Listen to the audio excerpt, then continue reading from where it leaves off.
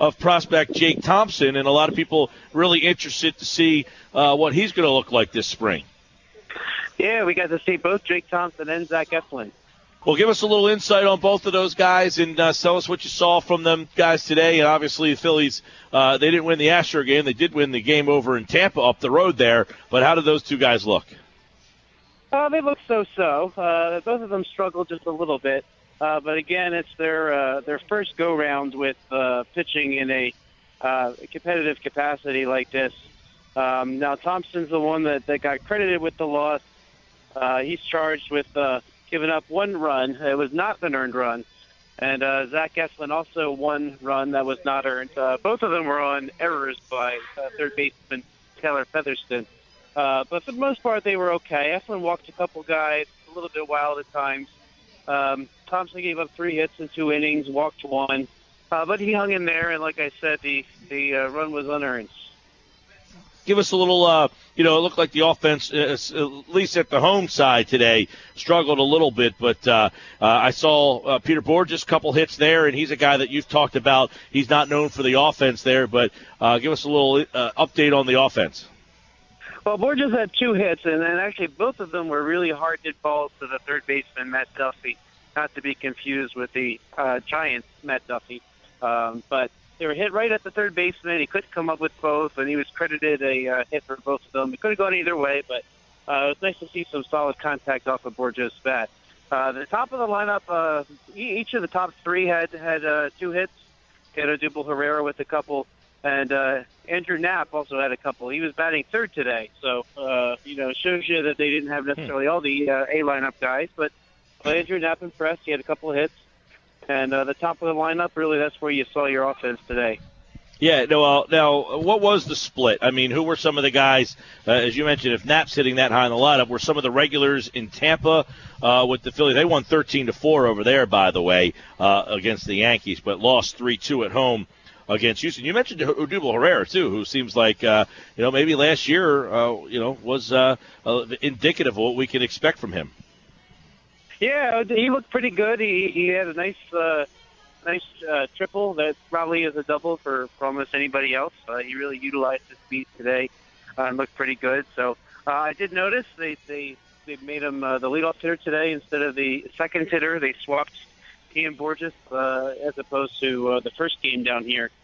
So we do see that there is, Pete McCannon's trying a couple things. And yeah, a lot of the offense was indeed in Tampa.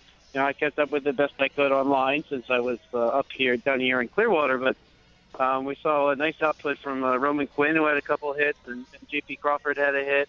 Maikel Franco had a hit and drove in a couple of runs, and Darren Ruff drove in 3 runs on 2 hits.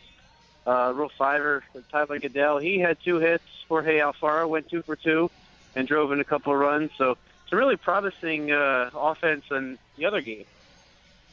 Frank Klose is in Clearwater with the Phillies. Very important. This is a breaking question. This is so important right now. Frank, what was the bobblehead giveaway? It was a Philly Fanatic bobblehead giveaway. I believe, I'm not certain, but I believe it was the bobblehead that was given away at Citizens Bank Park last summer, and they probably had some left over. This picture that I'm looking at on Twitter looks like there were plenty of bobbleheads available, but that was my question. Was it a current player, or was it just like Phil and Phyllis, or was it some image because they don't really have a guy that they know that they can promote right now? Yeah, that's true. If you looked at the lineup last year of bobbleheads and the lineup this year, not a lot of current players, although I believe there is a Maikel Franco bobblehead this year.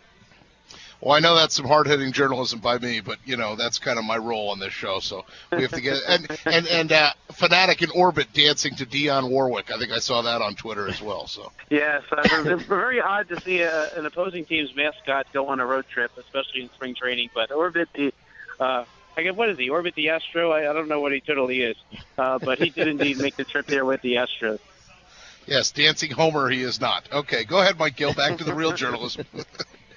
Well, I know, Frank, being down there, you get a good chance to see a lot of the younger players, but obviously they play virtually every day down there. Who's pitching tomorrow? What are some of the guys that we'll see throw tomorrow for the Phils?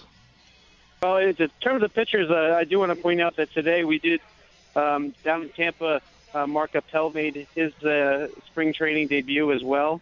That's somebody that fans really want to watch. He was the first-round draft pick that the Phillies got back in the Kenja. So that was one thing to look at. He did walk a couple guys, but Appel was one that we wanted to see. And then looking at upcoming starting pitchers, let's see. We have. I'm sorry, just looking at the list now. Who played at both places? One thing I do want to Rule 5 pick Daniel Stump. He had a nice 2 innings in Tampa today. You didn't really expect much from him because you never heard his name before, really. I mean, even among those that were picking potential Rule 5 picks, Daniel Stump not really on anybody's radar. He's got a shot to be a left-handed pitcher out of the Phillies bullpen, and we saw with him today, he struck out the side his first inning, and then he pitched another scoreless inning, though he did hit a batter.